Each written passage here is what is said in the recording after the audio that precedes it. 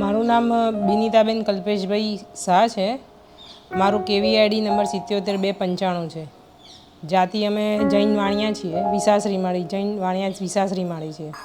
મારે ફેમિલીની અંદર કોઈને ખબર જ નથી કે કુળદેવી કયા છે। બધા અલગ કુળદેવી માનતા હતા અને પરિવારની અંદર કોઈને ખ્યાલ જ નહોતો કે કયા કુળદેવી છે। એના માટે મેં થઈને કુળ વૃક્ષમાં જાણ કરી અને કુળ વૃક્ષમાંથી મને પૂરી માહિતી સાથે ગોત્રદેવી, કુળદેવી, સહાયક દેવી બધું જ મને પૂરી માહિતી મને મળી ગઈ છે।